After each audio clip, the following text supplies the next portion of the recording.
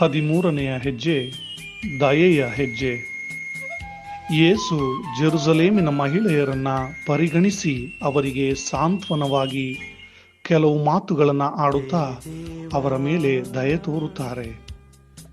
ಹೌದು ಪ್ರಿಯರೇ, ನಾವು ಸಹ ನಮ್ಮ ಜೀವನದಲ್ಲಿ ಅನೇಕ ವ್ಯಕ್ತಿಗಳು ನಮ್ಮ ಬಳಿ ತಮ್ಮ ಕಷ್ಟಗಳನ್ನ, ನೋವುಗಳನ್ನ, ಹಿಂಸೆಗಳನ್ನ ನಮ್ಮ ದಿನನಿತ್ಯದ ಜೀವನದಲ್ಲಿ ಹೇಳಿಕೊಳ್ಳಲು ಬಂದಾಗ ಅವರಿಗೆ ನಮ್ಮ ಪ್ರತಿಕ್ರಿಯೆಯಾದರೂ ಹೇಗಿರುತ್ತದೆ?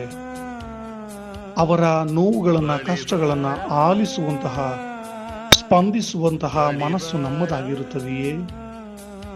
ದುಃಖಿತರಿಗೆ ಸಹಾಯ ಮಾಡುತ್ತಾ ಆ ಸಮಯದಲ್ಲಿ ಅವರ ಮೇಲೆ ದಯೆಯನ್ನು ತೋರುವಂತವರು ನಾವಾಗಿದ್ದೇವೆಯೇ? ಅಥವಾ ನನ್ನದೇ ನನಗೆ 1000 ಇದೆ ಎಂಬಂತಹ ಮನೋಭಾವದಿಂದ ಅವರನ್ನ ದೂರ ತಳ್ಳುವ ಅಥವಾ ಹಿಂದಕ್ಕೆ ಕಳುಹಿಸುವ ಮನೋಭಾವ ನಮ್ಮದೇ?